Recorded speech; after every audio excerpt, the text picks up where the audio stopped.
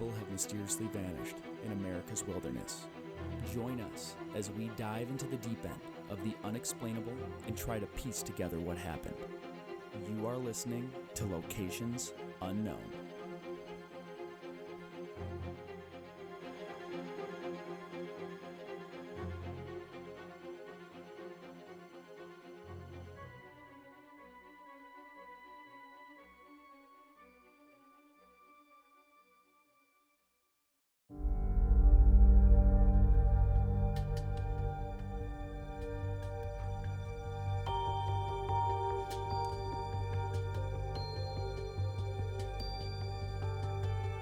What's up, everybody, and welcome back to another episode of Locations Unknown.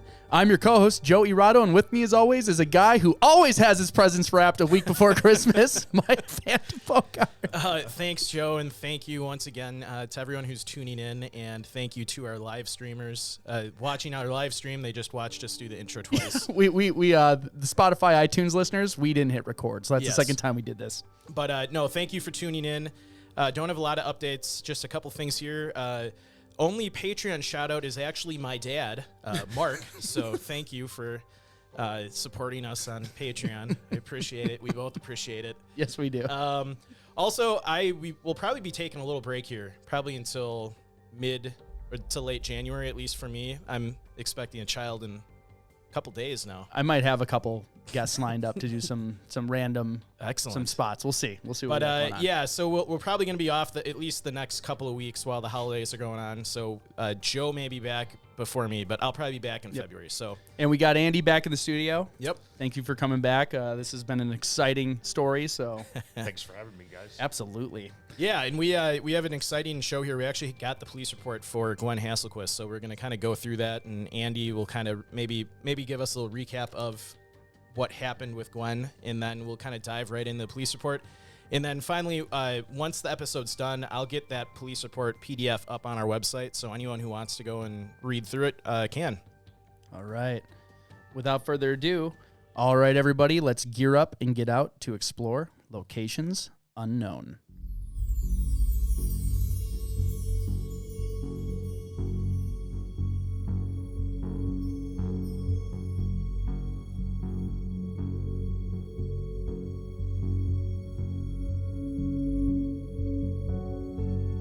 Last time, on Locations Unknown, we learned about a suspicious death, a husband who remarried within months to a Kenyan woman who then fled the country, with very little coverage of the death and even less information about the supposed story. We submitted FOIA requests to fill in the gaps. Join us this week as we continue to investigate the death of Gwen Hasselquist.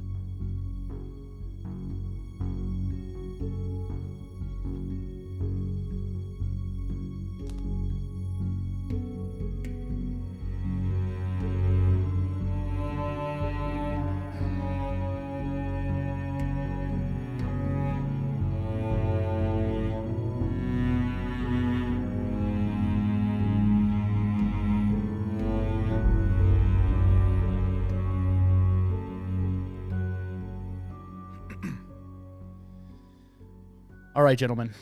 So let's cover kind of what we knew from last time. I know we've all seen the police report, so we kind of have an idea of what's happening now. So last time, and jump in if I got anything wrong. I listened to the whole episode to try and get caught up. So on March 19th of 2020, Gwen was reported missing by her husband.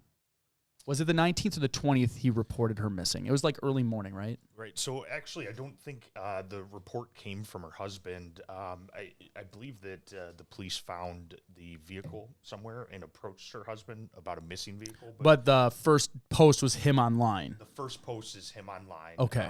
On the morning of March 20th. But this whole keep your sorry. Oh, absolutely. Yeah.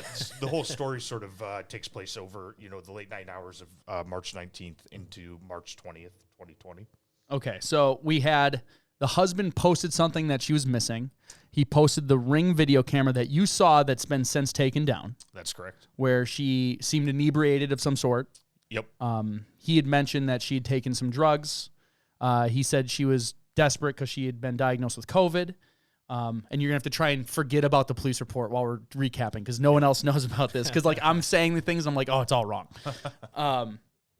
And so she removed it, and now we got the police report of all of the incidences kind of wrapping around this story. Yep, that's correct.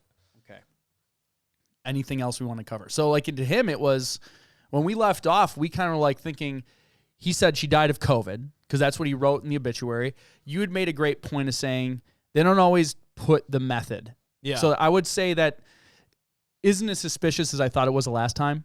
Especially with a suicide, a lot of times they say, but like a lot of times they'll say an untimely death or something like that. They won't say it. So he did specifically call out COVID as the reason, which was kind of sketch. But yeah, no, I think we had a lot of unanswered questions when we talked about this last time, because the husband or the family had just posted that she died from COVID. Mm-hmm. And obviously we're going to go into the police report, which completely contradicts what we thought. And I think it kind of leads us down the path of what we all kind of thought.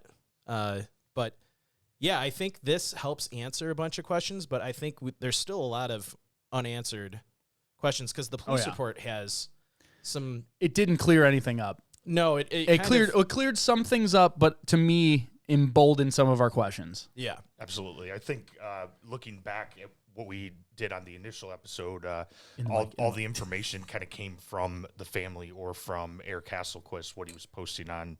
I feel like most of it was Eric. Right. But kind of conflicting stories, inconsistencies, a lot of weird things, a lot of questions. Some of those weird things got answered in the police report, but as we'll find out, a lot more questions that came from it. All right. So what we're going to start with is the initial police report from March 20th. It's a detective's report, and the synopsis of this report, and like Mike said, we're going to post this online so you'll be able to go through it. It's water recovery of a deceased female discovered floating in the Puget Sound. The victim's identity was confirmed as a reported missing persons, and the next of kin was notified. So this is the raw synopsis. I'm going to read through their notes, and we'll comment along the way. Yeah. So both you guys interrupt me if you have something to say or you think something stands out. I'll try and stop too. And then anyone who's watching live, feel free to comment. We may not get to everybody, but throw your information out there and we'll address any the relative. chat stream, so awesome. if anyone wants to comment. All right, so here's the narrative from that report. On March 20th of 2020, at about 1520 hours, so that's 3:20 in the afternoon, I responded to the Stelcombe docks at 1 Union Avenue in Stelcombe, Washington, concerning a death investigation. Prior to my arrival, I had learned that a kayaker had discovered a deceased female floating in the water and that West Pierce Fire and Rescue had executed a water recovery of the body. I also learned that the husband, Eric E. Hasselquist, had reported his wife, Gwendolyn M. Hasselquist, missing early in the morning under PCSD case, and they put the case number, I won't read it out, and that the recovery may be related. So right away here, I mean, this is the first answered question, I think, from the police report. Last time we really didn't know how Gwen passed away, or, there was no information. There's no news reports. Not clear what happened. But so this is kind of a bombshell right off the bat. Yes. She's found in the water. Yeah, and that leads, we had mentioned some comments on some of the posts that her husband had made, and people talking about, did they say about her being, Well, there were people who commented like, hey, I heard your wife got diagnosed with COVID. And one person even wrote, I'm sorry for your loss, but with everything that's going on, can you confirm was it COVID? Was it this? Like, someone is asking legitimate questions. Yeah. Again, put yourself in the mindset.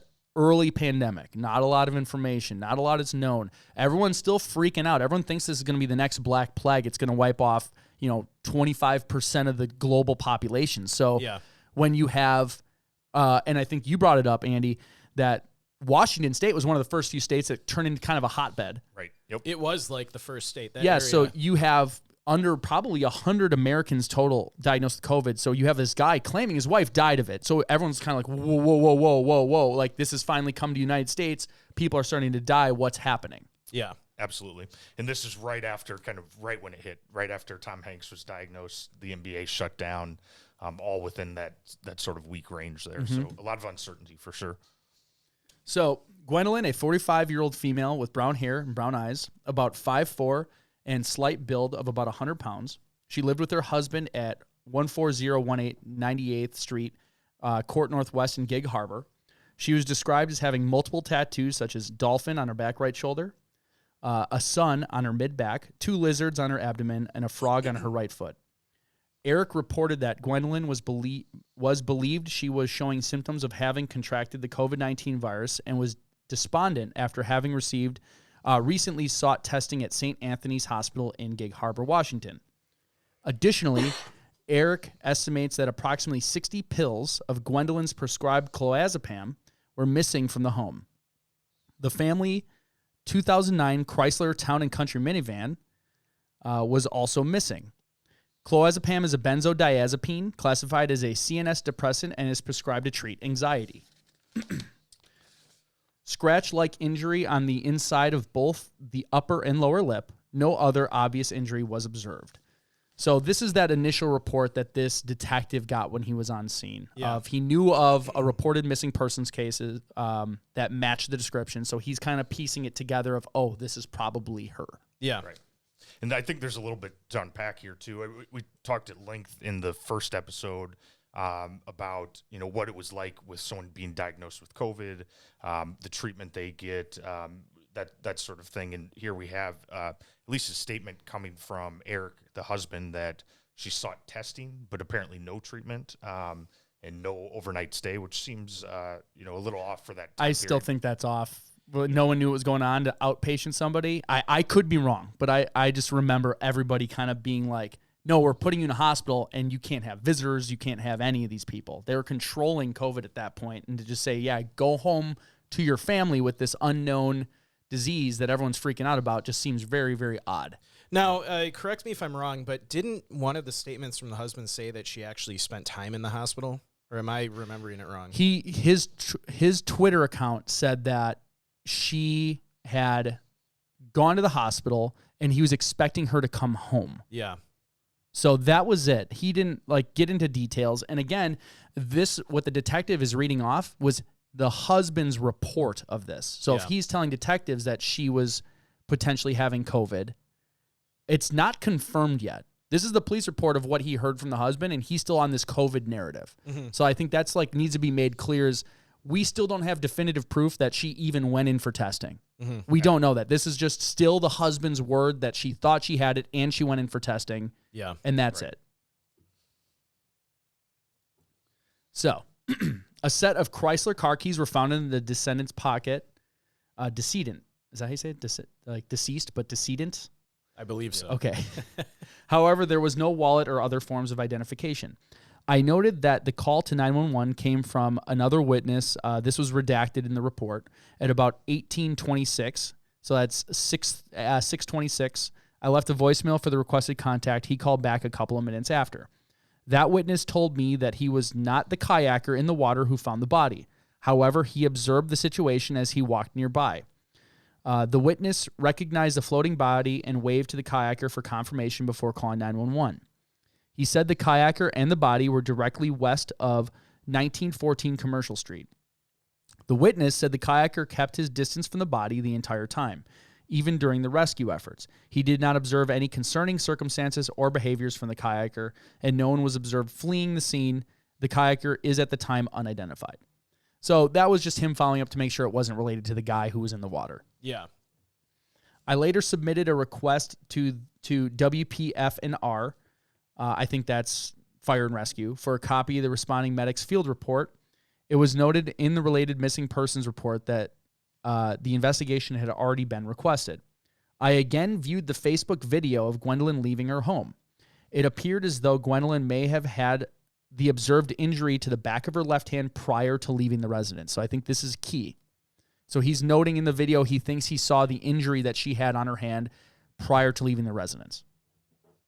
And that was that Facebook video that, Andy, you had mentioned that you had screenshots from. We shared them. That was the Ring doorbell Correct. And that's no longer online. That's been pulled down from Now, the they internet. mentioned that in this police report. Did we already cover Yeah, that? so that's him. He said, I again viewed the video. So he saw it because that was tied to the missing persons case.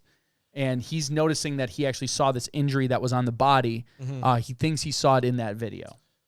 Right. I think in here it mentions that she has a cut on her left hand that's 1 to 2 inches long. Yeah. They say that it appears like it's in the video, and there's actually a decent description of the video that kind of meshes up with with what I had viewed when it was available on Facebook, and it says it is immediately apparent that she is dazed or impaired as she struggles to fit the key in the lock.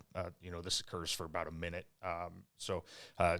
Interesting that the police saw the video, viewed the video, and made these notes. Certainly.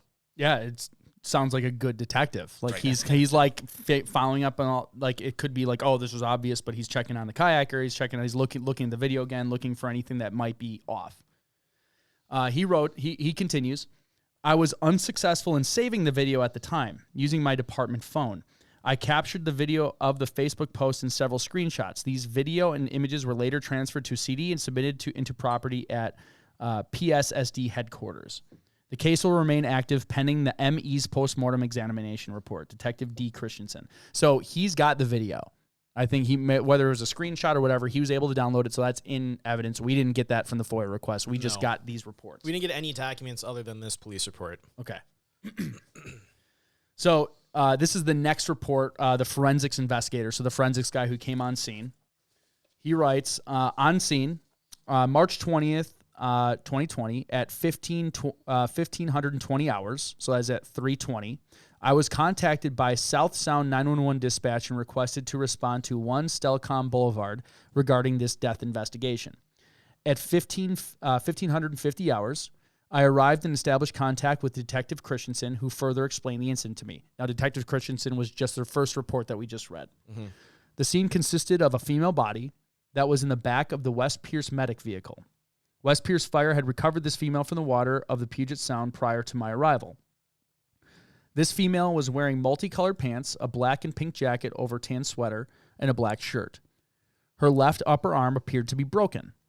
ATZET ME32 arrived and took possession of the body. I don't know what that means. I think that's his medical examiner tag, Maggie. I'm guessing ME is medical examiner, and ATZET, whatever. I'm assuming that's just whatever that department talk is. I exposed multiple digital images of the scene using a Nikon D3300 set on autofocus with a Nikon DX AFS Nikkor 18 to 55 millimeter f1x3 5.6 G2 or DX AFS Nikkor 55-200 millimeter. I'm going to skip the rest of it. You get the idea. He's explaining the camera he used. He used a fine resolution format at 13.5 megapixel sizing. The built-in auto flash or attached speed light was utilized as needed dependent on ambient light availability. Images were captured on a 2 gigabyte compact flash card and transferred to the case image server. I cleared the scene at 17:30 hours. Anderson, he puts his number, forensic investigator. So basically he says he's got the report from Detective Christensen. He took a bunch of photos with his cameras, transferred it into evidence, and cleared the scene, essentially. So now I have a narrative from the report on March 24th. I think this is Detective Christensen again. Let me look at the end. Yes, this is Detective Christensen again a few days later, March 24th, 2020. On 3/24/2020, I received the requested medic field report from the West Pierce Fire and Rescue. The field report indicated that fire and rescue dispatch time was at 1,419 hours and arrived on scene was at 1,427 hours. An official time of death was noted at 1,507 hours by Dr. Hersing at Good Samaritan Hospital. The field report was downloaded, transferred to CD, and submitted into property at the PCSD headquarters. At about 1,115 hours, I phoned WSP and requested a copy of Trooper Knox's collision report and any related documentation regarding his investigation prior to the recovery of the descendant. I was provided contact information for Trooper Knox and the WSP Public Disclosure Office. I sent the request to both contacts via department email. I was provided a CAD readout of the WSP incident, and Trooper Knox later supplied me with documents related to his investigation. Such documents included an incident report, a typed statement from assisting Gig Harbor PD Officer Irwin, an impound form, and several scene photos of the involved vehicle. So now he's talking about this crashed vehicle report. The Chrysler minivan. Exactly, which we knew nothing about. Trooper Knox documented that he was dispatched to a 2009 Chrysler Town & Country parked mid-span of the Narrows Bridge eastbound around 0:17 hours. So this is 12:17 in the morning on March 20th. So this is after that Ring video occurred. after the ring video occurred. Yep. Yeah, when the actual video occurred. Yep. Not when it was posted on social media, when the recording occurred. Right. The caller reported observing broken glass on the roadway and a black male near the vehicle. Trooper Knox arrived at 0:20 hours, so that's 12:20 in the morning on the 20th, and contacted Demetrius C. Jackson as he was reaching into the vehicle. I think this is the first bombshell here from the report, right? Yes. Eric Hasselquist is definitely not a black male, and we see that with this Demetrius Jackson, who happened to be at the scene of what appears to be an accident with the van reaching into it as the officer arrives. Yeah, plus if you look at this bridge, and what we'll do is I'll pull it up on Google Earth because I have these saved. It's not a small bridge. So, like, why is this guy in the middle of the bridge at midnight? Right. Yeah. Basically there. So Demetrius' behavior was erratic as issues of both alcohol and mental health was suspected. He claimed to have been offered a ride by a female driver in the minivan, and he asserted that there was another passenger in the back of the car. That's the bombshell. Right. The female stopped the car, got out, and gifted Demetrius the vehicle. Officer Irwin documented that he contacted the minivan's registered owner, Eric E. Hasselquist, at home around 0:53 hours, so 12:53 in the morning. Eric maintained that his wife, Gwendolyn Hasselquist, was home and with him, and he was noticeably unfazed when advised his vehicle had been stolen. Right. So we have this guy who's posting his wife's missing. When the officer calls him and says, "I have your van," mid-span, he said, "I'm home with my wife." Not, "I'm at home and my wife's not here." He asserted that he was with her. Right. Absolutely. And I think it's interesting that they note that he was noticeably unfazed. Yeah. Your car's been stolen. Oh, okay. Right. In the middle of the night, the police knock on your door. Your car's been stolen and found at the bridge, and you're unfazed by that? Yeah. Well, so I don't know if he went to his house. It just says he contacted. I guess he could have. My thought process was he got his contact information and called him. So I think there's a little bit, we'll get to it in the police report, but there is mention about him not confirming that Gwen Hasselquist was in the house at the time. So I don't know if he reported her missing. Right. And he's saying to this officer that he's with her. Right. So that's like already contradiction of he reported her missing. The Ring camera that he posted was earlier than this incident. And he's like, "No, I'm at home and she's here too." Right. And the timing part of this, I think, is important. So this seems to be the very first contact with Eric Hasselquist.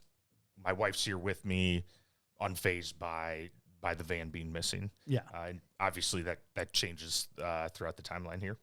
So going on, after that, Eric reported last seeing his vehicle around 2200 hours on March 19th. So that's 10 o'clock, March 19th. Eric showed a doorbell camera video of Gwendolyn leaving the house around 2219 hours. Eric insisted she returned home after. However, there is no video of her doing so. Officer Irwin did not verify that Gwendolyn was home with Eric. As Eric stated, he believed his wife was positive for COVID-19. So, again, we are now in the case where he's putting on Facebook that she's missing. He's telling the officer that he's with her because he said she came home after that video. And he's immediately jumping to, she thought she was COVID-19 positive. Mm-hmm. So, Speculative Joe says he's trying to continue to play the COVID-19 narrative to help cover it up. That's like, you guys all know my stance on this thing. So like, I'm going to try my hardest to be unbiased and continue to go down this path of maybe it's not that, but I think it's not looking good. So far, he's lying to the police about what's actually happening. He's lying about his wife being there when she's not. Yeah. And then he's immediately jumping to and she thinks she has COVID. Like, it's not really relevant to your van being found on the midspan of a bridge. Smashed up. Exactly. Right. It's not relative to what he's talking about. And so it's, to me, that's like a mind who's got, I have my story and I need to make sure I'm always driving everybody in the direction of my narrative, my story of what's happening. So he had to like throw that in there, even though it's not related. Mm-hmm. And I think, reading this, there seems to be some gaps in this narrative on the police report. I mean, it sounds like this is one instance of the officer Irwin contacting Eric. So this all happens.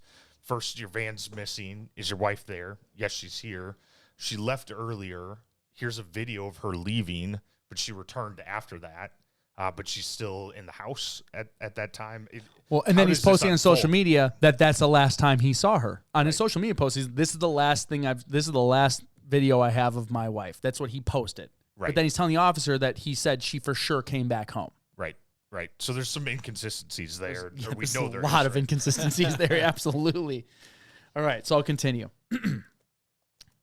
So Officer Irwin notified Trooper Knox that the minivan was an unreported stolen vehicle. Demetrius was taken into custody at the scene. Post Miranda, Demetrius amended his story and claimed that he was not picked up by the female. He said the female in the minivan was unresponsive when he told her not to park on the bridge.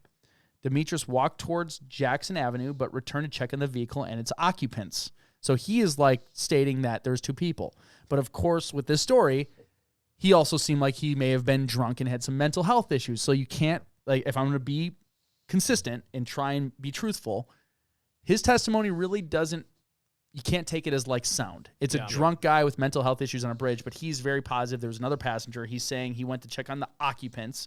He's going there assuming there was two people in that van. Right. And I think in these couple sentences here, there's just kind of three things that jump out to me. First, we have post Miranda. So this is a Miranda warning was given to Demetrius, which means, he was under custodial interrogation, perhaps arrested for something. Yeah, it says he was taken into custody. So I don't know if that means he was actually handcuffed or at least just brought there. You're the lawyer. Could that mean he was just hey, sit down? Yeah, I mean, you could be invited into custody, but the moment that you're not free to leave and they begin they give you questioning your Miranda rights at that point. Right. So we know it got to that point, right? And what this was for, it remains a question because, was it a breaking and entering sort of thing? Did they suspect that he was involved in the missing persons case? Kind of unclear there. You think there's a guy on a bridge with a car that's been in an accident. It's parked in the middle of the bridge, and it's the only guy there. Right. So that's suspicious. So I don't see any fault in them. All right, this guy might be involved somehow. Yep. They're coming in completely blind. Absolutely. No, it completely makes sense there. The other thing, and you just hit it, Joe, is this says that he approached Gwen about not being able to park the vehicle there. But what we have is a description of a single vehicle accident. I know there's somewhere in the report there's information about the windows of the vehicle being blown out. And it's just they said there's broken glass all over the place. So it had some sort of an accident of some sort. Right. And I just find it interesting that we're talking about parking the vehicle, right? If there was an accident here on the bridge, that wouldn't be the word I would use to describe where the vehicle is, right? Yes. Yeah. And the third thing here, and we'll see it throughout, is that, it notes that Demetrius amended his story. We're talking about the substance and mental health issues, but I think there's 3, maybe 4 different stories that seem to come from him. And so you got to take each one with a grain of salt, but definitely interesting that one of the stories is there was someone in the vehicle as well. Well, and that's the one thing I noticed, and we'll go through this. There's consistency among those stories. And I was not a paramedic, an EMT for a while, and we were taught, and after time, I did it for about 4 years. After time, you start to understand what you should believe and what you shouldn't believe. Okay. And when there's people telling stories, and the stories are changing, you can always find consistencies among their different stories to find the nugget of truth. And the one thing he is consistent on amongst the stories is that there was definitely not one person there. He's not 100% sure. Again, I got to play devil's advocate. It's a drunk guy with potential mental health issues. But he's always referencing more than one person. Right. And I think there is one moment where he kind of recants on that, but there's definitely, what we're looking at is uncertainty on that for sure. Absolutely. So after they said, this is Demetrius telling the officer what he did. He said he walked towards Jackson Avenue, but the return to check the vehicle and its occupants. He noticed a dark figure over the guardrail, which then disappeared. He could not say the figure was female driver or if she had in fact jumped off the bridge. Demetrius assumed she had jumped. He maintained that the minivan was a gift because I thought it was her last dying wish. So he just thought he was getting a free car out of this whole thing. Which is, that alone, I don't know, that's kind of weird. Drunk guy, Like, I'm guessing maybe homeless, mental health issues. I guess. Like, he's looking at it like, this is my car. She said it was mine. Like, it's mine. Like, I could see that. Downtown Milwaukee, somebody would totally do that. Yeah. Like, if car's sitting there and there's no one around, be like, oh, they said I could have it. Like, right. Opportunity strikes. Well, and I think he's maybe backtracking a little bit too. If he's been arrested or he's at least being interrogated here, and it's I wasn't stealing it. I didn't do anything wrong. That's a great point to say like, hey, this I didn't crash this. I wasn't stealing it. This was a gift. Right. Yep. But he didn't even have the keys because it was on her body. Right. All right. So Trooper Knox later learned that Gwendolyn had been reported missing. Demetrius was released from custody. Demetrius ID'd Gwendolyn from her Washington license image as a female he had interacted with on the bridge. So he did confirm that they showed him an image of her, and he said, yes, that's who I interacted with. Right. Eric's image was also shown to Demetrius. However, he did not know him. So he's saying there were two people. He recognized Gwen, did not recognize Eric's image. So the officer did a great job of like, hey, this is her husband. Was this the other person that you saw with? He could not confirm that. He didn't know him. And another thing here that I think is interesting as well is we have that Gwen was reported missing. It doesn't say who reported her missing. I mean, I think the presumption is that it was Eric, but we know from the timeline that first, officer, I think it was Irwin or Knox, had asked Eric if his wife was home, and he says, yes, she's home. He leaves without confirming, now he's missing. Now she's missing, and presumably Eric was the one that reported her missing. What changed in that time? Yeah, we're talking like an hour right. of all this happening, of him making contact with the car, contacting the owner, saying, I'm home. My wife's home with me. Yeah, she left in this Ring video, but she totally came back. She's here. But now he's tying it to a missing person. Right. So, like, this is not adding up. And it's such a small amount of time that occurred. It's not like, did he wake up and then, oh, she's missing. I'm going to report it officially now. Yep. It's a little shady. And whether or not the officer was, coming to the house or calling Eric, are you not confirming that everyone is in your house when your vehicle is reported missing? We found your vehicle somewhere. It seems like the first step you would take is making sure. Think about it. We're all married. If you get woken up at midnight and it's a police officer saying your van is smashed up in the middle of a bridge, like, a few minutes from your house, and we have a report that your wife was involved and she's no longer here, I'm going to freak out. Like, I'm going to freak out. I'm not going to be calm unless even if she's right next to me, I'll be like, oh, thank God she's right here. But why is my van there? And his report was he seemed unfazed by any of that communication. That is a huge red flag. That either he's guilty or a huge sociopath, which even then, like, if you're a sociopath, it's like, who stole my car? Like I don't know. That just, everything's not lining up here. And I mean, devil's advocate, or to play fair, it's the middle of the night. There are surprises. It could be, it's hard to attribute an attitude to Eric at this time. Being unfazed is maybe just not comprehending the situation, right? But I think it's important that the whole unfazed language is completely contradictory to what we see on social media afterwards, right? He's showing great concern for his wife. He immediately posts a video of her missing, asking for help finding her. That's not someone who's unfazed. So could you pull up the images from Facebook while we're just talking to see if there's timestamps and when he posted, like, she's missing, she's gone, just to see what day it was or even relatively what time? Like, did that all start posting after this whole thing unfolded? He's like trying to start make a story, or was it like, was he posting before, hey, she's missing and I can't find her? I'd love to know that. I know I saved it on our Facebook page, so the images are there, but I mean, most of the posts are still up on his Facebook Live too. So yeah, I mean, I really get the impression that he fled the country. Because he was very active on social media, up until probably earlier. What gave you that impression? The quote that I'm leaving the country? Maybe. But, I mean, his posts kind of just dry up, so I think. Yeah, he went dark. Spring of this year. Yeah. Right. Yeah. And I do have up at least the video of the Ring video that was posted, and it's from like 5:45 a.m. And so we're talking on the 20th. On the 20th. Right. Okay, so after all this craziness occurred, he makes a post that this is the last I've seen her. Sure. So it's in between. He's told the first contact is at 12:53 a.m. on the 20th. Yes. The post of the video and then kind of the flurry of social media posts occur in the early morning hours of the 20th.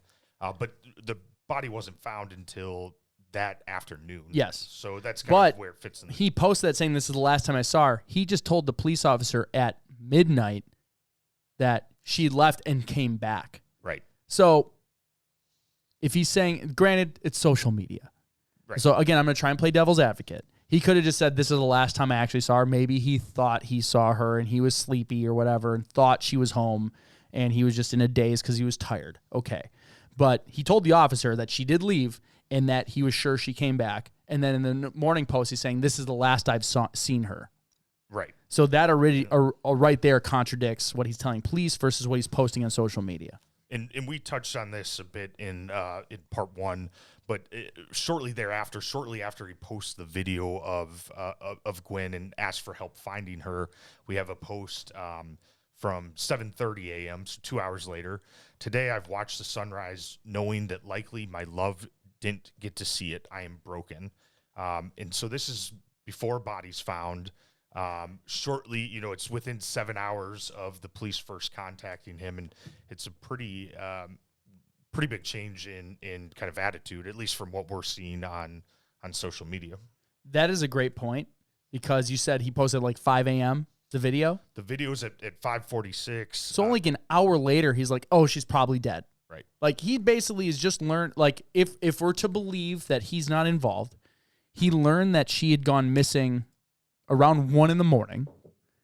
At 5:55, so like basically 6 a.m., he's posting to social media that she's missing. Have you seen her? And then an hour later, like, oh, she's dead.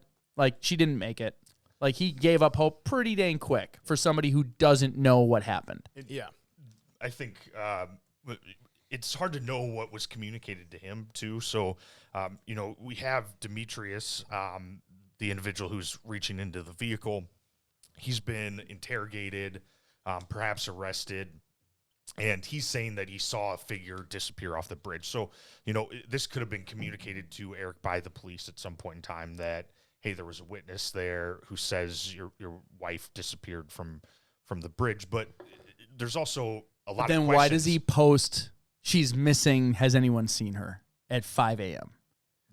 Or 6 a.m. That's right. Like, I agree with you. He probably was informed of at least the witness testimony. Yep. But then again, I would say, okay, if he's totally informed, he then posts on social media that contradicts everything he should know or everything he told the police. And then an hour later has basically said, yep, she probably didn't make it. This is over. And, Joe, you've been putting yourself in kind of his shoes here. And if it's communicated that we found your van, your wife's missing, we've arrested an individual, or we're interrogating an individual who was reaching into the van. I mean, we can't find your wife. What's your first thought in that situation? That she was attacked and potentially someone murdered her. Right. Yeah. I'd be like I would be on the bridge. I'd be like, where are you? Where's my van? I'm coming there, like right now. Like, because I would be panicking because it's my wife and they've been married for at least 13 years. Yeah. Right. Like I just had my 15-year anniversary. Like, she is my world. Like, if something like that happened, I would be in a pure panic. And I'm a pretty calm guy. But, like, if I woke up to that call, I would be freaking out. Yeah. And here's the deal. Like you said, he noted that he was noticeably unfazed. That is a police officer saying noticeably unfazed. They see lots of crap. If he's commenting on a police report noticeably unfazed, that means it rubbed him weird. And that's where these types of guys, especially detective, there's a lot of hunches you have for how much, even if he's new, it's he noticed something strong enough to put it in the official report.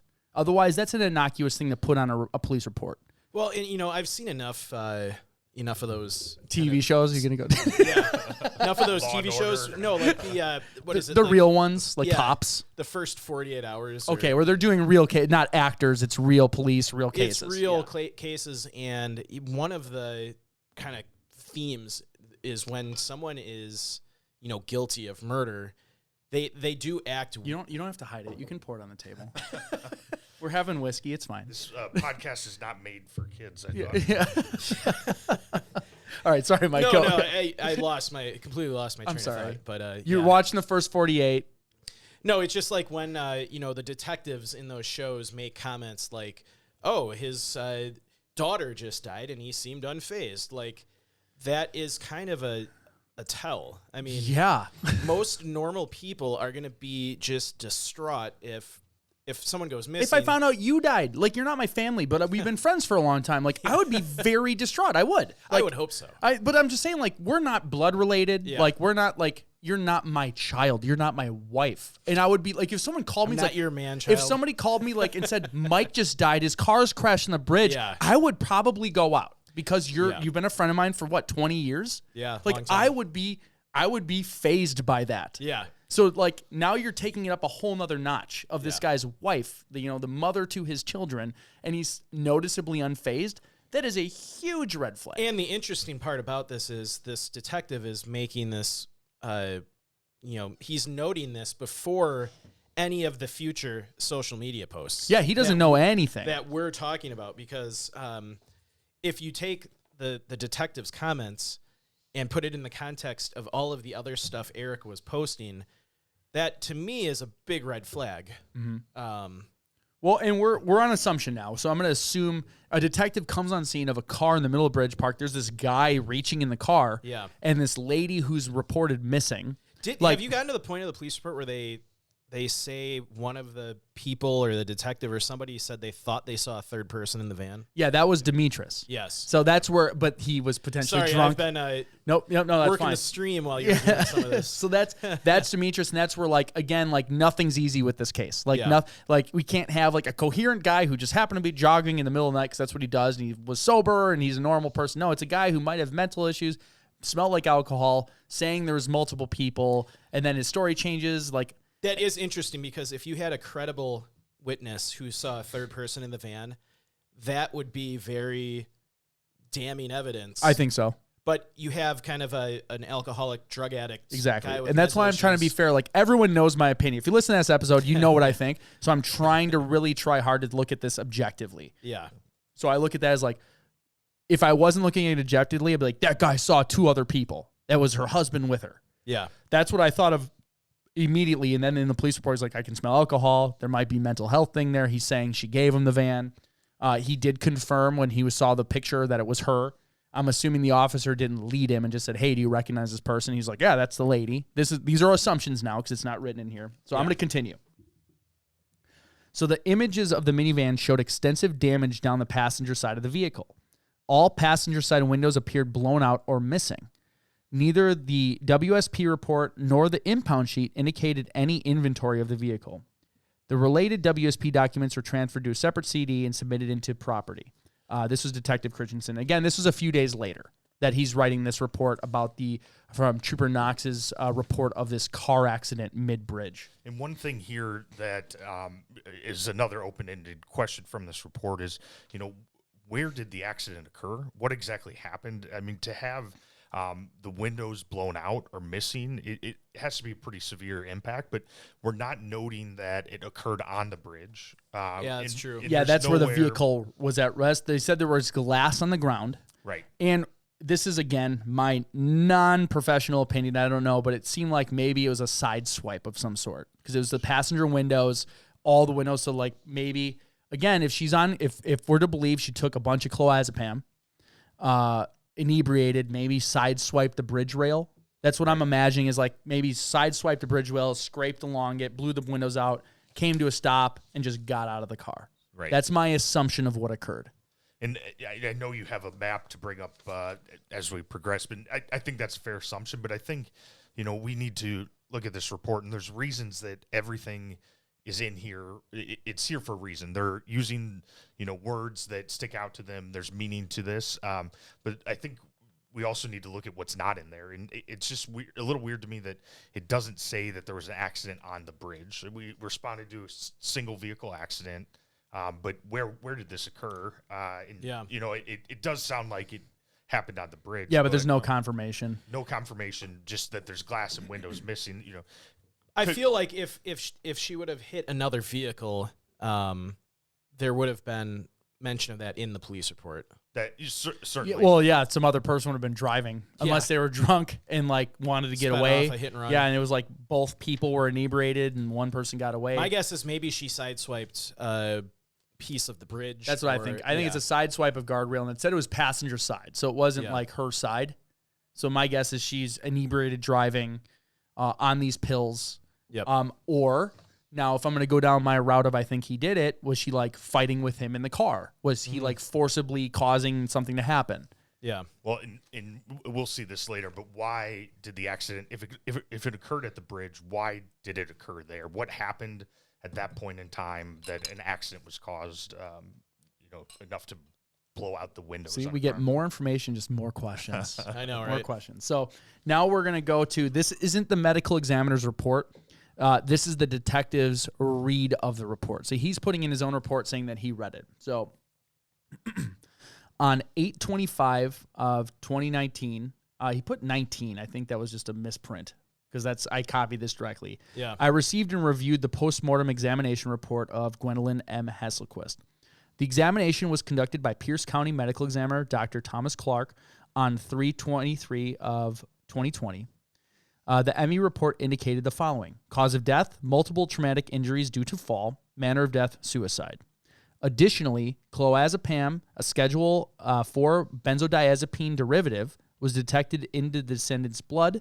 The ME report was submitted into property at the PCSDHQ. This investigation will be cleared, exceptional resolved.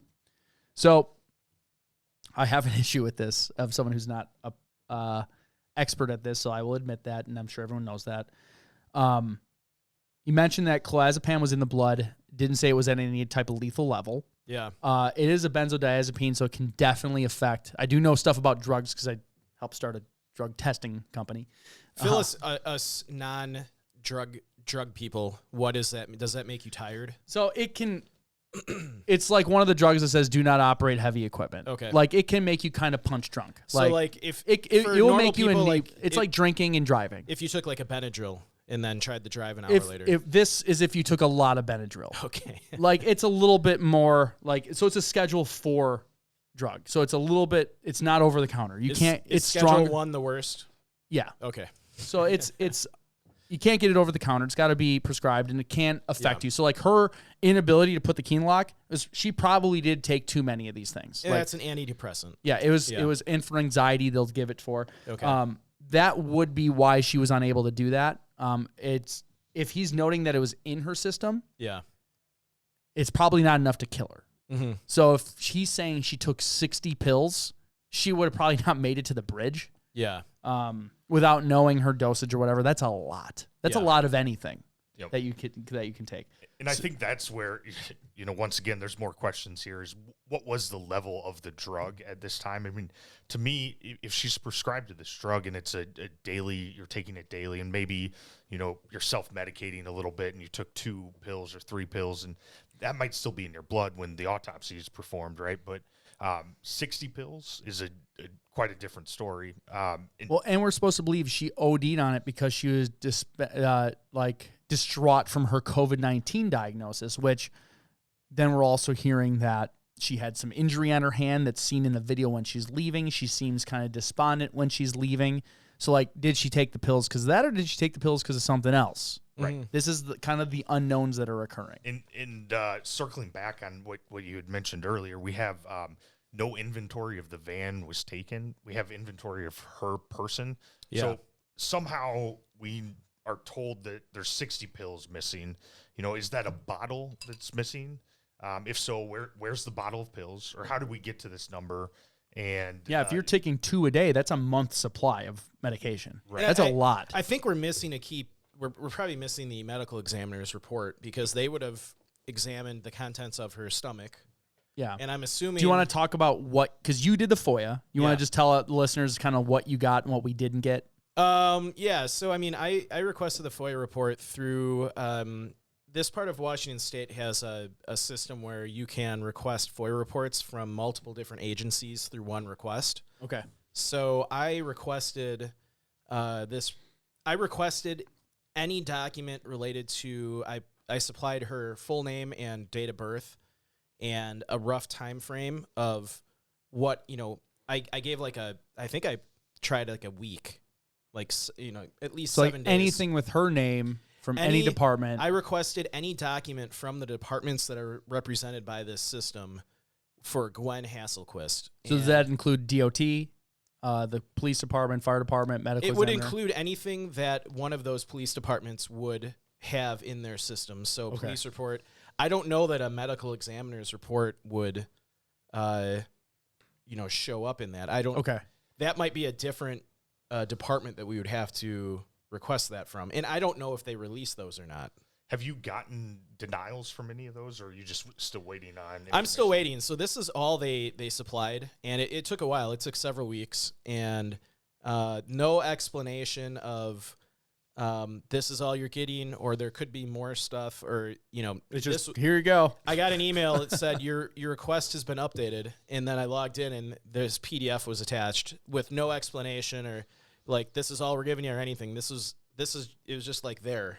Sure. So Well, there's certainly more information out there that I think will go further to answer these questions. I mean, it talks about the fire and rescue arriving at the scene. There should be some report. Yeah, they'll there. have a report for a body recovery. 100%. I did cold water rescue for the fire department for a while. If we had a body recovery, I would have had a lot of things to write down. So I think another avenue that we should try is maybe requesting do a FOIA request with the fire department.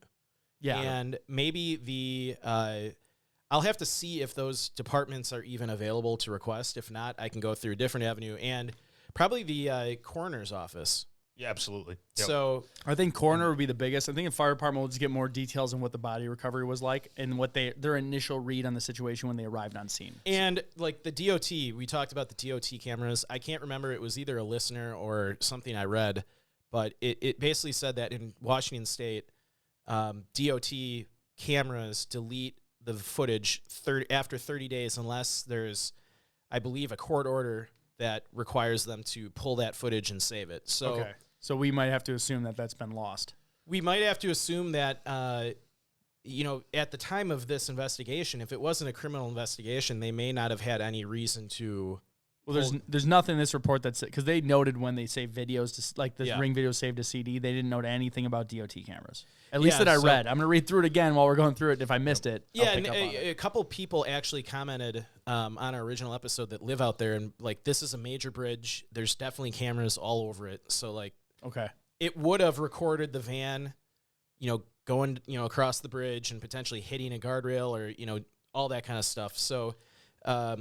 There was at some point video footage of whatever happened. This is what's great about having lots of fans. Yeah. They're like everywhere. They give us information. It's kind of nice. I know. And they need to. Anyone listening, once this makes it to Apple or Spotify, you got to get on our live stream. Yeah.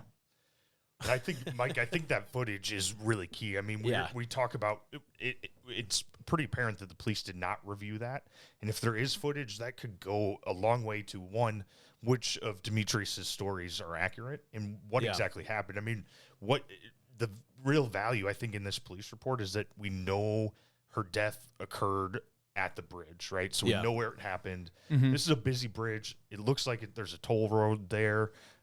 If there's video footage, that might go a very long way to answering these questions that we still have. And if someone actually murdered her by pushing her off the bridge, and the vehicle that she was in was left there, and it's a toll bridge, that means there's evidence, or there at one point it may be deleted now. Especially at that time of people, like there's probably video of Demetrius going there. Yes, like so whoever was with her would have to leave. Who if air quotes somebody pushed her off the bridge, you've got to believe that there's footage of somebody walking off the bridge, or if it's a toll booth, you got to know that they're going to have.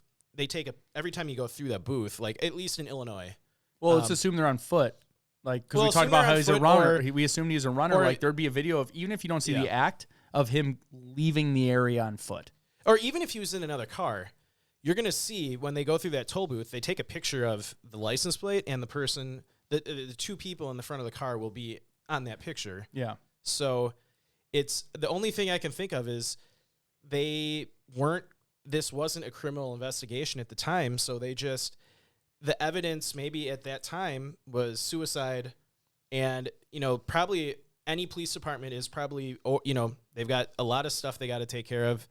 Especially during COVID when everything's Yeah. crazy. In the and beginning nuts. of it, Yeah, and when- the medical examiner's like, all right, she obviously jumped off a bridge, whatever. Yeah. Like, And I'm not going to look too much into this. Yeah. And, they just like, all right, it's a suicide.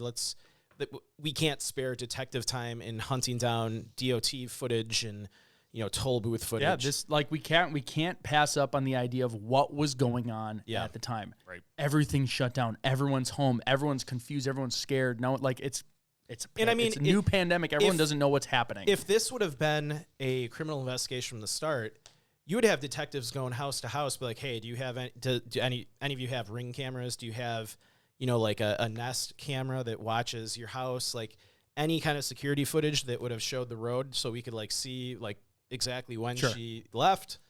And I just think, probably they just weren't treating this like a criminal investigation. Resources are limited, and they're just like, "Yep, suicide. All right." Yeah. And I don't know. I've been kind of trying to maintain the stream a little here, but I don't know if you've gotten into the final. Oh, couple no, paragraphs. I'm not. Okay. I got the whole last report right here. Yeah. So this one was on August 25th, 2020. So this is a few months after the fact.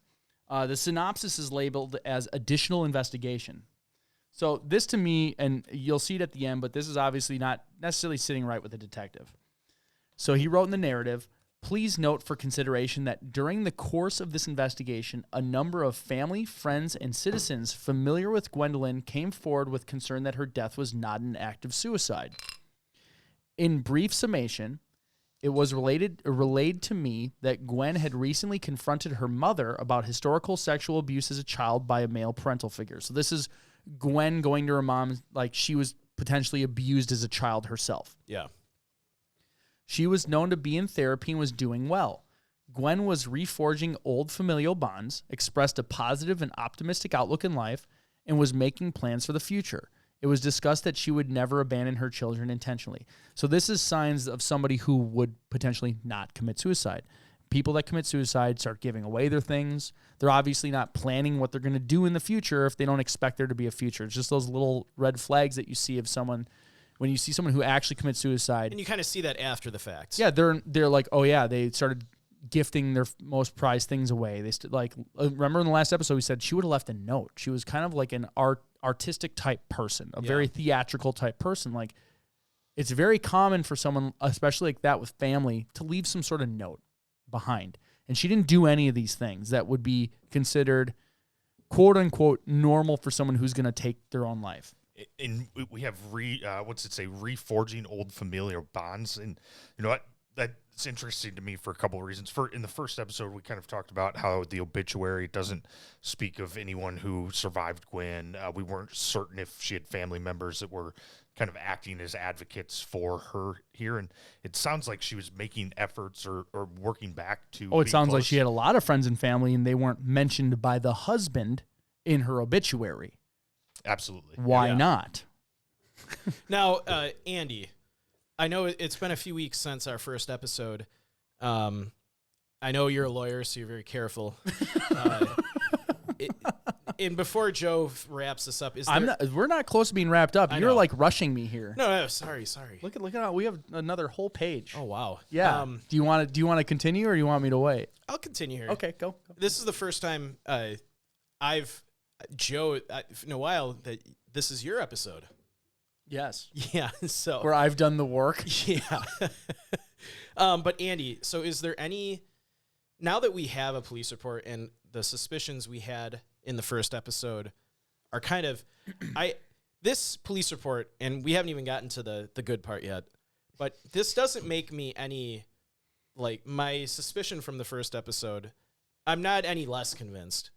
Is there any information from your sources, who obviously you can't name, is there any information that you can tell us, and I know you've told us stuff offline, but anything you can tell us that when you first were told about this case that you can kind of mention now that this police report's out here, that, you know, like friends and family of her were concerned about something nefarious happened, you know, and is there anything you can kind of share along those lines? Well, so I think there's a lot of places in this police report that kind of confirm things that had been relayed to me or thought processes that we had either discussed in the first episode or kind of thinking through. And, one of them is this reforging the familial bonds statement. And the other is these people reaching out with concern for what happened. And really what I think it does is kind of, hit the nail on the head that there's questions here and people at least noticed these questions and had concerns about them. And I think one of the things that we had talked about in the last episode was, what information had the police looked at? Did they know anything after the fact with the marriage, the posts about finding a woman, leaving the country? And now we know that there's some of that there. And, as Joe's going to continue here, the police have some red flags. Yeah, and I mean, he's opening this on the 25th of August. So it's clearly in the back of his head at least, or information's been coming in over time, and maybe it's, again, you talked about like the first 48, this is long past when this occurred, so he's already kind of behind the gun when it comes to investigating this. So it's more like, I have to put this out there, almost like a conscience type thing, like this could be something more than just that. So I'll continue. And this is after it said she would never abandon her children intentionally. I'm assuming this is words coming from her mother or friends or family. Yeah. Additionally, it was relayed that Gwen's husband, Eric Hasselquist, has a concerning history and has acted strangely since Gwen's death. He was described as an alcoholic. I located local history of a DV-related issue where Eric had allegedly assaulted Gwen after he'd been making suicidal ideations while they lived on a JBLM military installation. Eric had insisted that... Go ahead. Here quick. Just so there's a couple of things here that just really jump out, and it's more coincidence sort of things, but also, it affects the bigger picture that we're looking at here. And one, we're talking about a domestic violence incident in the past, right? Mm-hmm. That seems to be something that would be concerning, at least looking at the whole circumstances here. Second, the domestic violence situation happened after Eric was having suicidal thoughts. Yeah. Which, I don't know the stats. He's not the nice guy he's making himself out to be. Right. And then when we're talking about suicidal tendencies between a couple, both him and her, apparently, where her friends are saying that, now this isn't Gwen. She's not suicidal. She would never commit suicide and leave her kids. And we now have information that he may have been suicidal, or at least in the past struggled with that. Yeah.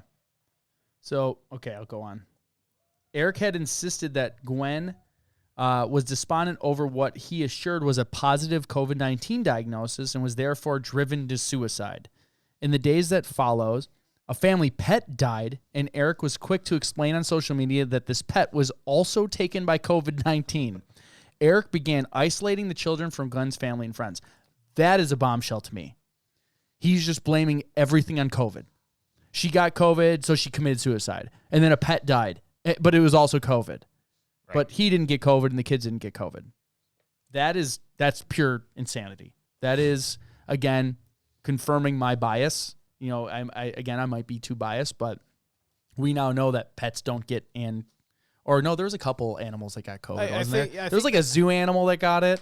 No, I think the animals can get COVID, but okay. But this was early COVID. We didn't know that yet. He's like, this pet died of COVID too, and so did my wife, and she committed suicide. Like, everything's COVID related, and it's almost like everyone's scared of COVID. I can blame COVID, and I'll be okay. Yeah. That's what it seems like to me. Blame COVID on everything that's going wrong, and I'm actually the good guy here. Yeah. And the timing on this, I don't exactly know when the family pet died, but if you recall back to the early days of COVID, and tests weren't available for humans, right? So how are you knowing that your dog passed away from having COVID? Well, I don't think they know of any pets that have died from COVID. I haven't seen anything. Heard anything. I haven't seen any of that. And then the other thing here that we discussed in part one is that the theory now we know that Gwen was jumped off the bridge or fell off the bridge or was pushed off the bridge, but the theory is that she was suicidal after being diagnosed with COVID. And in my mind, this would be massive national media news if that actually if someone committed suicide because they had COVID, right, and it was one of the first 300 COVID cases in the entire country. Right. Yeah, that'd be huge news, and it's not for some reason. Right. And reading between the lines, I think it seems clear here that the police are very skeptical of this COVID diagnosis. Yeah. Well, and there's mention of social media posts in his report that no longer exist. So he's clear to social media, not just of the video, apparently of an animal's death diagnosis and things like that are. It seems like he's deleting damning evidence that makes him look wrong, because there's certain things that he's left up. There's certain things that have come down. All the things that have come down have been things that could potentially prove that this wasn't a suicide, as far as I'm concerned. So Eric continues to post his feelings and memoirs of Gwen on social media. However, on 5/30 of 2020, Eric posted on Instagram that he was ready to meet a new woman. By 6/9 of 20, I was provided a... Oh, do I have the wrong sheet? A YouTube link. Oh, I think I missed a whole thing here. No, that's correct. So it says Eric continued to post his feelings and memories of Gwen on social media. Yeah, there it goes. However, you have it? Yep, I'm on the right sheet. I had one sheet out of order that I missed some stuff, so I'll go through it in a minute just to make sure I didn't miss anything important.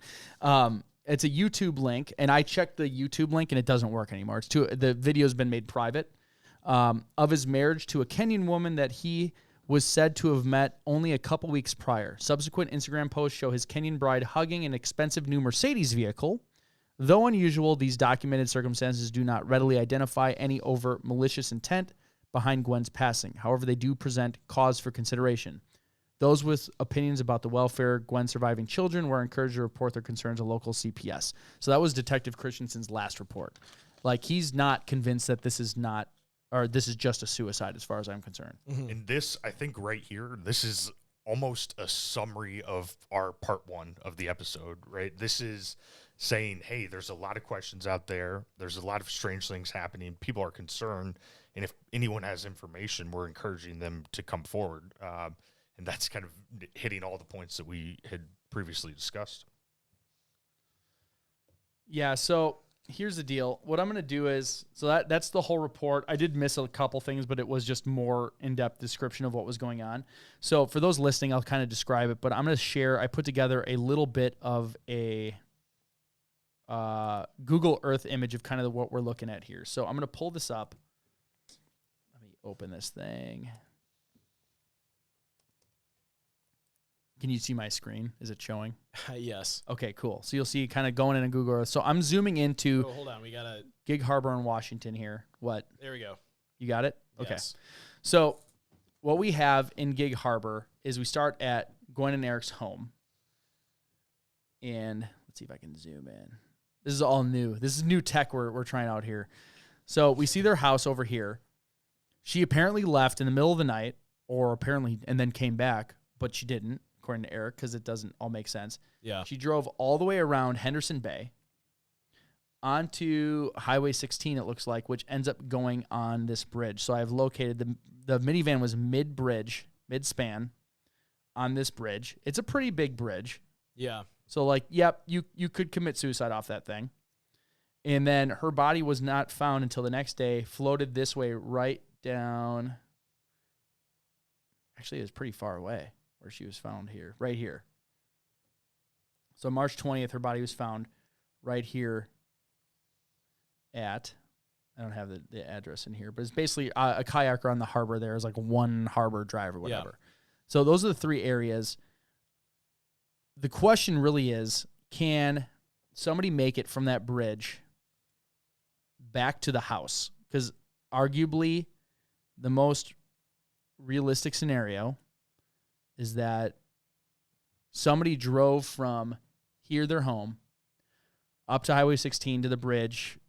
I'm assuming she was pushed off that bridge, and then he made his way back to his house. With 60 antidepressants in your system.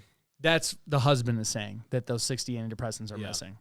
Well, but we do have the video of her leaving the house, allegedly, coming back. But now we know the addresses, the location. We know that it was the bridge. This is a 16-mile drive from her home to the bridge. And in the video, if it's a video of anything, it's a video of her being unable to put her key into the lock of her house. This is it's kind of unbelievable that in that situation, in her state at the time, being able to drive 16 miles without crashing anything, apparently, to getting to the bridge. Until the bridge. And I'll play devil's advocate. If she's driving to the bridge to jump off of it because she's so upset she's COVID-19, maybe she crashes there because she's parking the car. Yep. Let's assume that that's the case. I don't understand the story of her driving there to commit suicide when she's leaving the home potentially rattled with injuries, and then her husband's lying about where she's at. It seems like he knows what's really going on. He's lying to the police, kind of getting caught in a lie, posting social media to almost shore up his story, deleting the things that don't make sense. Like, if she committed suicide, this is pretty clear cut. He can say, we got in a fight. He could even say, I hit her. I did something wrong, and then she took off, and that's it. That's a very, I'm not saying this is okay at any means. I don't want anyone to think I'm being apologetic towards someone who's an abuser. But if you're going to lie about something and make it make sense, that's a really normal story to say, like, yeah, we got in a fight. I'm an alcoholic. I was drunk. I hit her. She was upset. She potentially had COVID. She took the van and ran away, and I don't know where she is. Yeah. To me, that's a more believable story. And that's what I'm not seeing here, is that I'm not getting that. Were you able to see my screen in the stream? I turned it off. Oh, okay. You turned. Okay. But Yeah. you flipped the toggle to make Yeah. it. Okay. Good. Yeah. That's what I just looked down there. I'm like, oh, I hope I didn't just go through that. No one saw it. I think I think you were onto a train of thought here before we kind of switched gears. So you were saying you're working on the assumption that she was pushed off the bridge and we're 16 miles away. Where were you going with that? I just, it was talked about, and I think you'd brought it up, that some family member or friend, and we're not going to reveal sources at all. And I want to remind people, the reason this story got brought to us because you have a personal connection with people who are very close to this. This isn't like fourth hand, fifth hand. There's a connection there, and that I'll leave it at that. But the idea that he was a runner, the idea of the distances seem very doable as far as if we're going on the assumption that he was actually in the van with her or something occurred, they got to the bridge, that occurred, and then he made his way back to the house. I feel like that's a very possible thing because we don't know when the van actually got there. There was a couple hours from when the van was reported to when that ring video occurred, essentially. Right. So I would argue somebody could have left home with her in the van, crash in the wall. If they're fighting, she gets pushed off the bridge, and that person makes it back home on foot, potentially, in the time that when the PD showed up on scene and actually contacted Eric. I think that is very plausible. I think that, I tend to agree with that sort of a theory. And what we know here is that he was a runner. There's a lot of posts online about him being a runner, running marathons. And really the situation is, we have these theories. We have 3 or 4 theories on stories that happened either from him directly or from the police report. And you look at what would make sense here. And so if we believe Demetrius's story that there's a third person in the vehicle, well, what happened to that third person, right? And, maybe there's DOT footage that can show this, but you really, if you're kind of positing options here, that person needed to leave the bridge. The question I have, too, is, though, what is his motivation to say there is a third person? Like we've talked that he was an alcoholic, he had mental issues, maybe a drug addict, whatever. Mm-hmm. What would be the motivation for him to say there's a third person even in the car? I mean, I would argue there's motivation to not say there's another person. If you're trying to go and say, oh, she gifted me this car, it was just her or me, saying there's another person there would just muddy the waters for that individual. Now, again, we can't assume he was thinking clearly. And the other question is, if there's a third person in the car, if I'm a third person in a car and the car is being carjacked, I'm going to try and stop it, maybe not, but that just seems, it seems like a detail of the story that I don't understand why someone, even a drug addict or an alcoholic or someone with mental issues would make that up. Why would they even think that? Their story already is crazy enough that this lady drove out onto this bridge, crashed her car, was going to jump off and commit suicide, and just gifted her car to him. Yeah. And and there was a third person in the car. That just doesn't make sense. Yeah, to me. there's no benefit to saying that last part. There's Yeah, there's no reason to include that. If you're a crazy person, why would you just make up there's more people? In my head, that I feel like Demetrius was telling the truth. Like there and was that's where you get those little nuggets of truth that we talk about. Like those little like he could be like a mental page. Like we've all interacted with homeless people and they'll say anything to get like what they want, but there's certain things that are unnecessary to lie about. Yeah. And that's where you find those little nuggets of truth in there. And I agree with you on that. Like, there's no reason to just say, oh, I think there was another person there. I didn't get a good look at him, but there's no reason to say that. And why would he even say that? So, like, to me, that little nugget of information in the police report that we talked about earlier, where he mentioned a third person in the car, I feel like he's telling the truth because, he's already telling a crazy story about the car, like, getting gifted to him. There's no motivation for him to...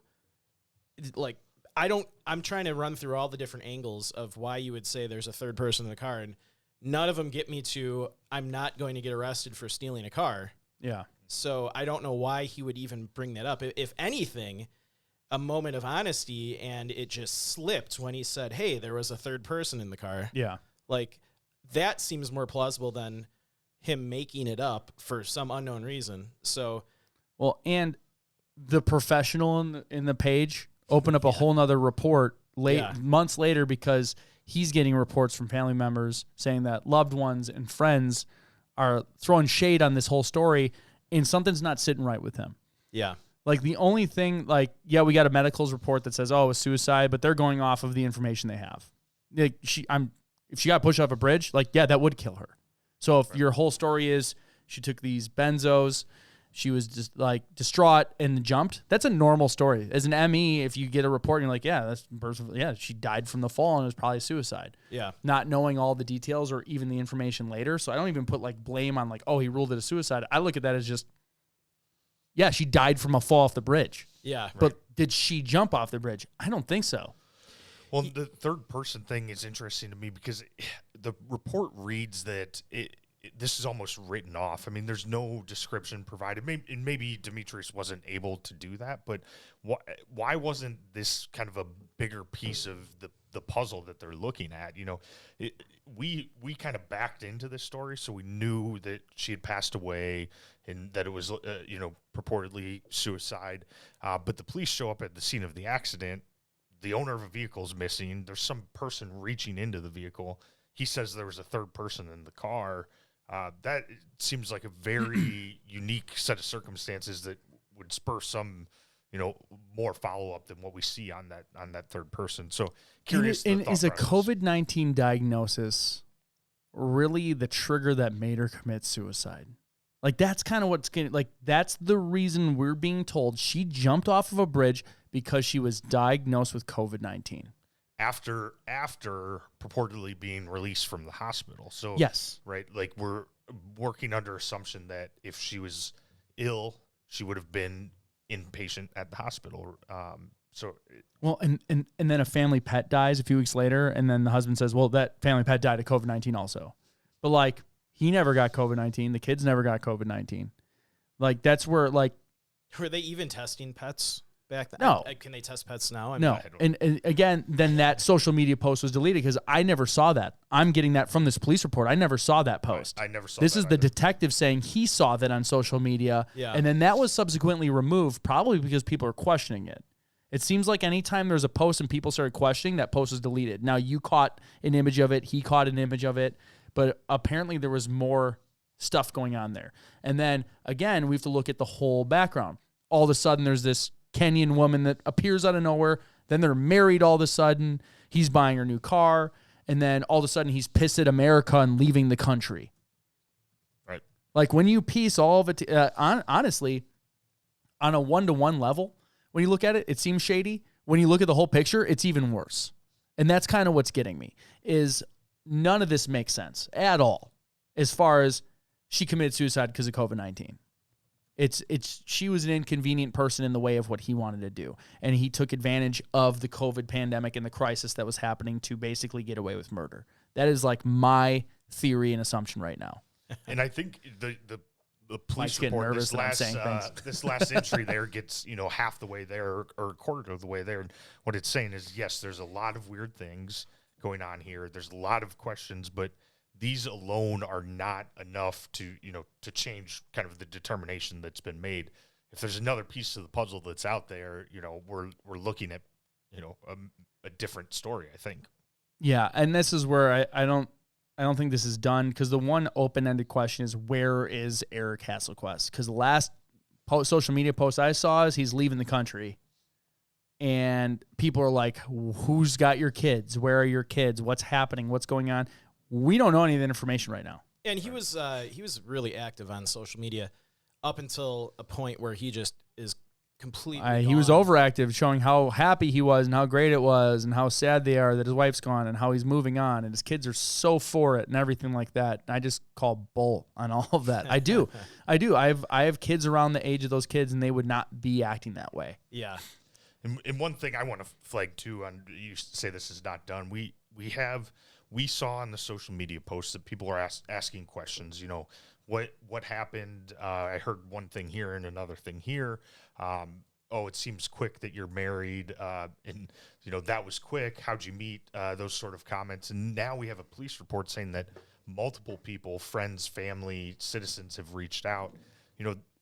There's people out there that have information, personal information that can kind of maybe provide some answers here that maybe have value or could expand on some of these kind of theories that we're positing. Yeah, I think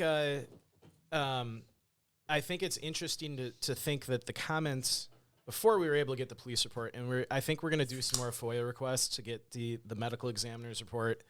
I think I'm going to try a FOIA request with the Department of Transportation in Washington to see if there was any kind of investigation going on. They should still have that footage, but part of me thinks that they don't have that footage because there's two scenarios that could have happened here. Is she was murdered by somebody, and this police report that we have would have said this is an ongoing investigation. We may have not have even gotten the police report if it was an ongoing investigation.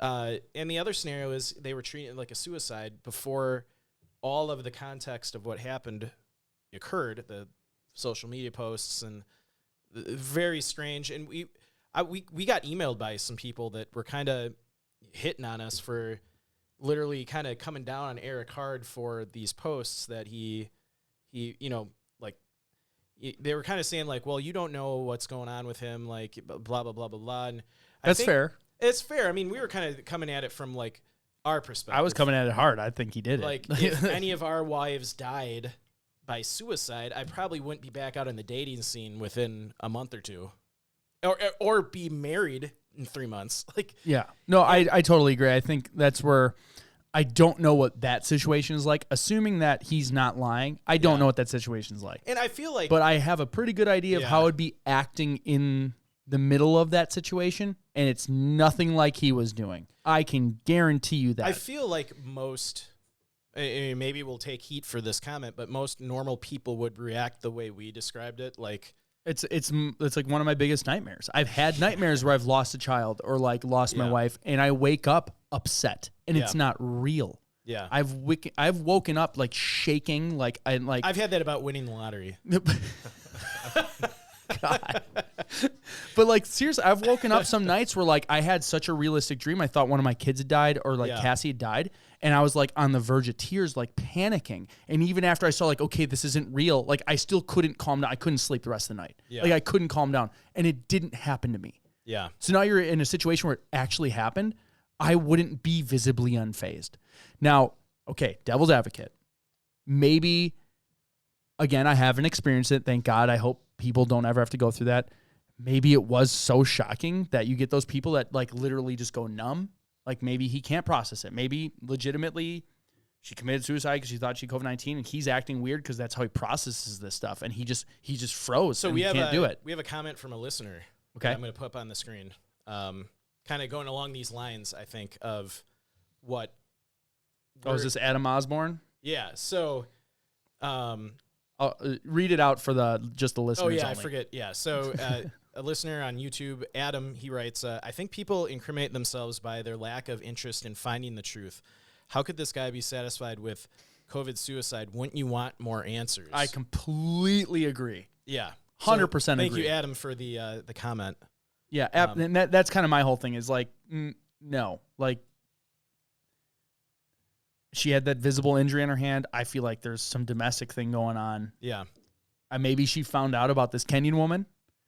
Yeah. And this is, like, to me, this is, and I got flack for saying it was the woman's fault. Someone said it couldn't be, like, I agree. It's not like she caused him to do it. This is him. This is his decision. He was married. He's in a committed relationship. If he chose to go find something else, this is his fault. Yeah. If this other woman helped convince it, whatever, it's still his fault. He initiated. But my whole thing is, he was after this other thing, and his wife found out maybe. They got in an argument. Maybe a physical altercation occurred. COVID's happening. Passionate thing occurs. They go to a bridge. He pushes her off. All this stuff's going down. Now, that's kind of where I'm at right now. That to me makes sense based on how he acts after the fact. Yeah. I don't know. So devil's advocate here is one, you could. The good lawyer. Yes. Nope. We need that because I'm biased. I'll admit I'm trying not to be, but I'm so biased. I think he's 100% guilty of this. I think it's his fault. I think he did it. So if you can convince me otherwise, I will admit I'm wrong. But this is Joe's opinion. It's my opinion that he is 100% guilty and murdered his wife. And so, you look at reasonings behind all this, and if you're operating under a theory that she committed suicide, it could be that, their marriage was in trouble. That could be a motivating fact for suicidal thoughts or suicidal tendencies. He could already have met this Kenyan woman, been planning to leave for this Kenyan woman. So, that would explain some of the, unfazed by your wife missing, the car being stolen. But even when you go down that line of thought, you have this flurry of social media activity afterwards that just none of it really makes sense. None of it is consistent. None of it adds up. How are you unfazed in the moment and then distraught on social media? He's very rapidly trying to get over this or to convince the world that he's getting over it just fine. If you can find some of those pictures, I couldn't find them on Facebook. If you want to try, did I not make the album? Put them on the stream here. I'll while you're doing that, just curiosity. Did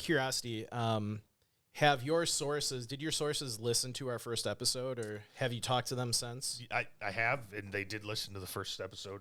Any, just out of curiosity, did they feedback on it? Did they kind of agree with our assumptions? Did it bring up more questions for them, or? Yeah, I think the first episode was really, we hit all kind of the facts that were out there and opened the questions up. And I think, there was agreement there across the board. I think that some of the thoughts or concerns that they had have come to light in this police report. And, it's people being concerned about what was going on, the reestablishment of familial relationships, concerns that maybe Eric had suicidal thoughts, or at least suicidal thoughts in the past. And really, I think the biggest bombshell in this police report is that last entry, which kind of confirms everything that we said in part one.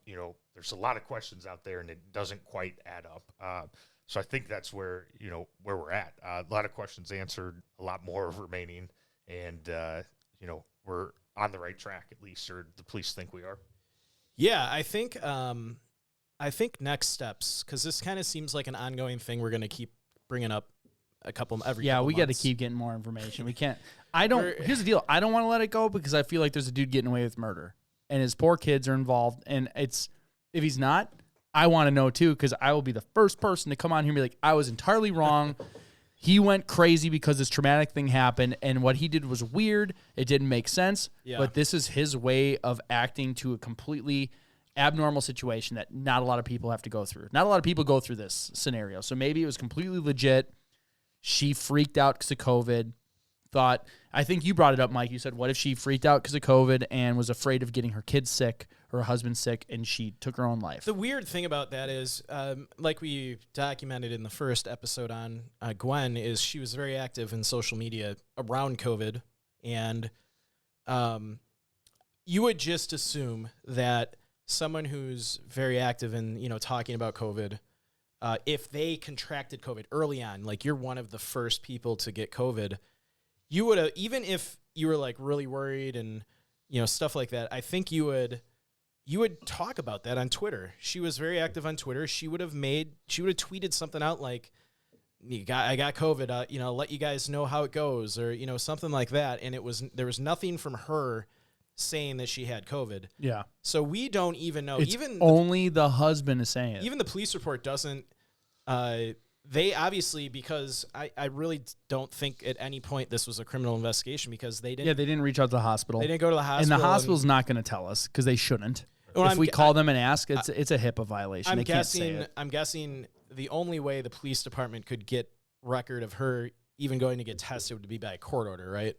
Yeah, I mean, I think they could issue a subpoena and get that information, and that's probably a pretty regular thing. Would they do that in a suicide investigation? Well, probably not. So, and I don't think so. Not if they think it's just a suicide and like, yep, she died, suicide. Like, there's no reason to spend department resources on this if we think it's a suicide. And we've talked about some absences from the police report. One is the footage of the bridge. The other one that jumps out to me is there's no talk about speaking with the kids. And I understood that, if it's 12:53 at night when they first contact Eric, but the story you would think that would be a big part of the investigation, even a suicide, just to get statements like, did you notice anything weird going on at home? I don't know if it would. If they committed suicide, this is too bad. Coming from someone who's not law enforcement or a detective, if I was, I think I might just want to get a statement. I mean, but what if it's like the 100th suicide you've been on, and they're all very similar? Just jaded. Yeah, not even jaded, but like, it's kind of like the idea of like, we think of this stuff as like through the Hollywood lens of like, there's something more sinister. When you're like I said, I wasn't a cop, but I went to a lot of these types of calls with police. When you're an EMT. And I went on thousands of calls, and they're very clear cut, not boring, but like very straightforward. There's no mystery to any of it. I never gone on a call that was mysterious. Yeah. Ever. I've only been on for 4 years. But I went on a lot of medical calls with cops, or calls where like drugs were involved, and there's not mystery. It's very clear cut and straightforward. Otherwise, this stuff would be happening all the time.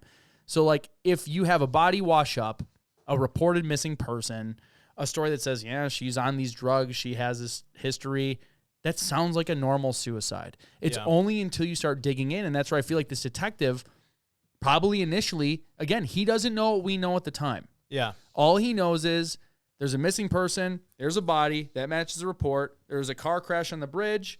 The side swipe, like there's a drunk guy who said something, but like, yeah, it kind of sounds like she jumped off the bridge and she's suicidal. And unfortunately, that happens. Yeah. And then all of a sudden, over time, he's getting reports from friends and family, and then he starts piecing this stuff together, and then it's starting to not make sense. But so much time has passed. Do we have those videos anymore? No, they've been deleted. Yeah. Do we like?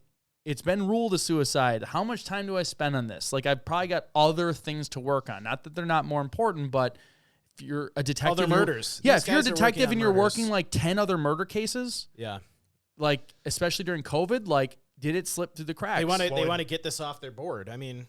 Yep. Yeah. And if no one's pushing for answers, right? And I think that's the key thing, right? It everything ties up for suicide, and we have nothing pushing for answers. And we know I've people got a are question.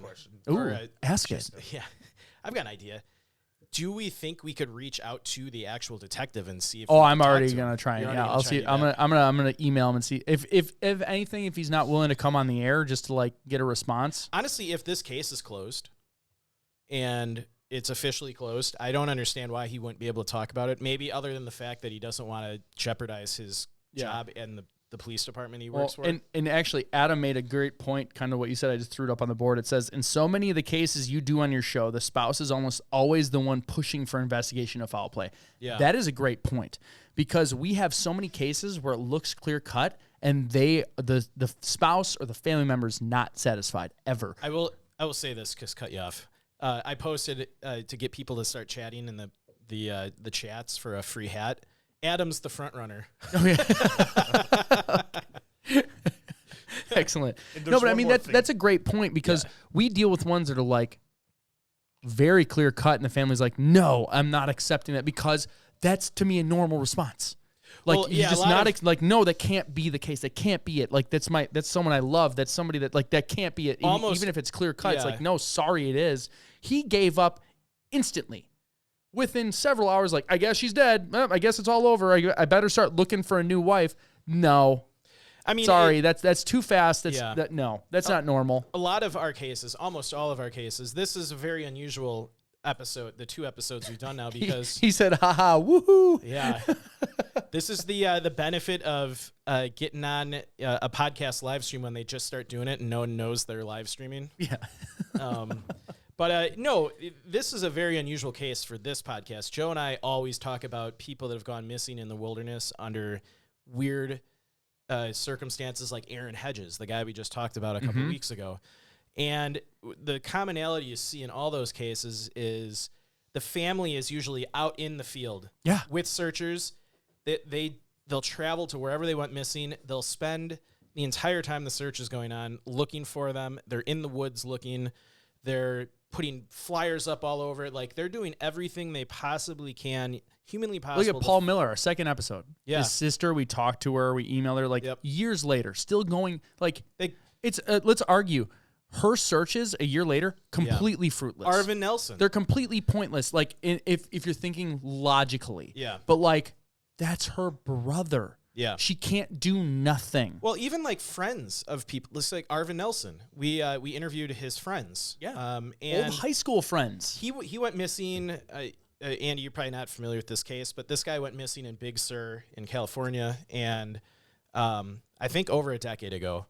And his friends to this day still will go to the area where he went missing every year, kind of like a celebration of his life, and they do the hike that he went missing on.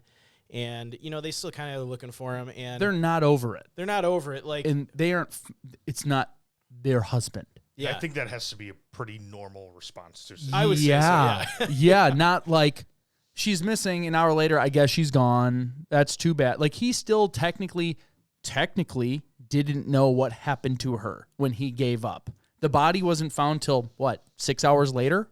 yeah. Unless he already knew what happened to her. And that's kind of what's pointing me in the direction is like he's given up on it. What do they talk about? You know, this is another Hollywood thing. It's like if you catch a bunch of people for a murder, whoever's sleeping is the one who probably did it because they know they've like been caught. Versus like if you didn't do it, you're rattled like I didn't kill this person. Yeah. He's like, yeah, she must have not been up for the sunrise. Say it's like because you already know she's dead. Yeah. It's you don't think she's missing anymore because you killed her. Yeah. You pushed her off that bridge. Yeah, so I mean, this is a long way of us saying that we find it unusual that he was not really shaken up by her disappearance and then actual suicide, and then literally marrying another woman 3 months later. Yeah, I think we didn't know half the information, or we didn't know 3/4 of the information that we know now in the police report. I think this just confirms it even more. And Yeah. I want to go back to one thing too. Sorry, I No, kinda no, cut go you ahead. off. So we talked about this in the first episode, kind of at length, but now we have the police report. We know what we know, and the video that he posts of her, the ring doorbell video. And there's a comment from a woman that says, "So sorry for your loss. I've been following your story. Pardon me for asking, but in one post it was said she died from COVID-19, and another she was found in Puget Sound. Just wanted to clarify with all that's going on with the virus. Again, I'm so sorry for your family's loss." Here's the response directly from Eric. This is Eric. "She left in the night while I was sleeping, returning from an out-of-state business trip, flying with multiple connections. From what the authorities have told me, I brought it home and she caught it." There's no mention of this in the police report. What authorities are we talking about saying that you brought it home and she got COVID from you? The police don't relay that information. We have nothing from the hospital. It follows up, "The kids and I have been isolating, and there are not enough tests since we presented mild symptoms." We have no mention of him having COVID other than this one post. "Gwen had autoimmune disease and lung disease, which made her more susceptible. That is why I was scared to go on my last trip and then canceled all work trips until stuff goes away." Here's another question out there is, when was the work trip? What connections were being flown? How does this COVID transfer from Eric traveling for business to Gwen and ultimately lead to suicide? And summing up kind of the after death comments, the post ends with, "The kids and I are feeling better and should be free to roam around soon. That's why I haven't been running around the neighborhood for the last several days." Yeah, I think that's all BS. I do. I do. Like I said, I'm biased, but he's like putting on theater. He's putting on theater because if he actually felt that way, he's not actively searching for another spouse. Like I'm different than Eric. I'm different than everyone else. I don't know especially a few months later, I'm not remarrying. First of all, I honestly don't know if I'd ever remarry. Like I'm 36. Like I have 6 kids. Like You're getting old. Yeah. Well, as far as like starting a whole new thing with a whole other person, like I would probably just focus on my kids and like go like. You'd be out clubbing the next month. No, I'm kidding. No. But that's the thing. That's kind of to your point though, Mike. Like you say that like as a joke, but reality is like he kind of is out clubbing like a few weeks later. Like my kids are telling me to meet other people. I need to go to. Your kids are 12. They're still really sad their mom has died. Or you're putting stuff in their head like I need another woman to get them on board, and then all of a sudden you meet this person that's perfect for you. You get married to them. You're buying her all this great stuff, and then you're leaving the country all of a sudden. Yeah. Like, you just don't care about your kids anymore? Like, what's going on? And even his friends and family in the Facebook post, like, we looked, like, at the people who are asking those questions. They have, like, one follower that is kind of related to him. Like, these are people that know that family well. And, like, what's happening? This is weird. This is not normal behavior. And he just ghosts. So, to kind of... What's the extradition policy in, like, Tanzania? I have no clue. I never once in my life thought about. You never thought about like what Tanzania does to extradite, potential criminals to the United States. So to kind of, because this is probably the longest podcast episode we've ever done. Adam wrote, "No way! If I lose my wife, I'm never doing the dating thing ever again." Adam is our super chat user for this podcast. No, I think to kind of put a pin in this one and kind of slowly start to wrap it up. Cause we should. This is our longest podcast ever. Yeah, Andy, you're here for our first guest and our longest podcast. I think next steps. What do we do next? So in my head, I think there's a couple things. I think we reach out to the detectives in the police report. I would contact all of them. Yeah. And I think probably your best... Yeah, Trooper Knox, Detective Christensen, get out to all those. Just be like, hey, what was your read? What was, like, see if they can come on the show. I think your best bet would be to reach out to the police department's media contact person first. Sure. I think if they... To not step on toes. Well, no, I mean, if you don't get anywhere with them, the detectives aren't going to talk to you. I think they would... if they pass this on to the detectives, I think we can assume it's safe that they'll talk to us. I think... we need to file additional FOIA requests with the fire department, with the coroner's office. We could try. Is there a name of the actual hospital? St. Anthony's, was it? Yeah. Let me see. St. Anthony's. Yep. I don't know what the law is around medical records and FOIA requests, but it's worth a shot. Yeah. HIPAA says they can't reveal stuff, but like it's been weird with COVID. I think it's worth a shot. Is there any kind of conflict of interest when the person's deceased? Well, here's the deal. The idea is medical information is protected, meaning I can't go to the hospital. Like, the whole idea is, like, imagine you're the CEO of a major company. Yeah. And you getting sick could, like, tank a stock. That's, like, important person. Like, I can't be like, oh, Bill Gates is in the hospital for this thing, and then Microsoft dies down. The whole idea is, like, and also a normal person, like, if you get AIDS and you don't want people to know, yeah, like, the hospital can be like, oh, yeah, they're in here for AIDS program. Like, no, it's private information. Yeah. That's why it was so weird with COVID. They're kind of like, this person's got COVID, that person's got COVID. Show me your results. Like, but the dichotomy of that is, like, you could potentially get a coroner's report, which might be public information. Well, and that's what's weird. I wonder if they can, like, pick that up in the medical examiner report to be like, oh, yeah, they were COVID positive. So, which the only person that has ever mentioned a COVID diagnosis has been Eric Hasselquist. There's been no confirmation that he, their children, or her, or his pet that died actually had COVID-19. This is all COVID-19 talk so far.